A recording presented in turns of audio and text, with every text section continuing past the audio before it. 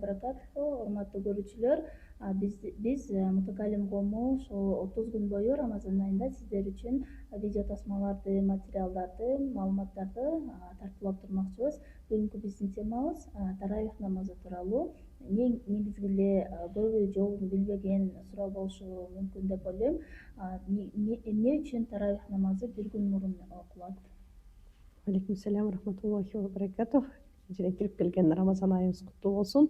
Албетте шарият ислам дини боюнча ошол асырдан кийин күн башталат, экинчи күн башталат деп ошол шамдан куптандан баштап уже жаңы күнгө даярдануу. Ошон үчүн саарлыкты түндө жээлип, ошо бир күн эрте башталган себептери ушул. Таравих биздин намаздардын арасында фарз намаздар, важип намаздар, сүннөт намаздар сыяктуу ошол сүннөт намазга кирет. Албетте эркектер жамаат менен окуганды жакшы, аялдар үйдө өз алдынча окуганы андан да жакшы. Негизи эле таравих намазы, таравих деген сөз эмнени билдирет? Таравих бул ошо истираха деген, рахат алуу деген билдирет. Албетте курсакты тойгозуп алып, ошондон кийин бир аз басуу, медицина боюнча ошонун 4 рекет окуу менен биз эс алдырабыз дене мүчөлөрүбүздү, жана ошондой эле жеген тамактарды алкынуу менен, жана ошол таравих менен биз көптөгөн соопторго ээ болобуз. Бул хатымул Куран болот. Ошол Көбүнчө мечиттерде менин билишимче ошо таравих намазы менен биргеликте катым Куранды толук окууну бүтүрүшөт.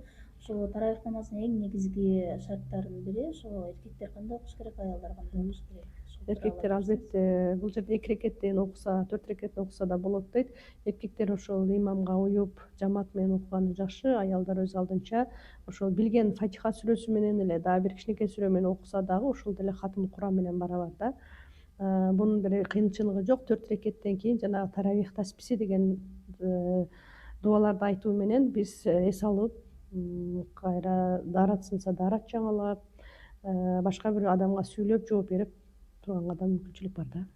Сизге чоң рахмат ошо таравих намазынын негизги мааниси тууралуу, негизги шарттары тууралуу айтып бердиңиз. Ассаламу алейкум ва рахматуллахи ва баракатух.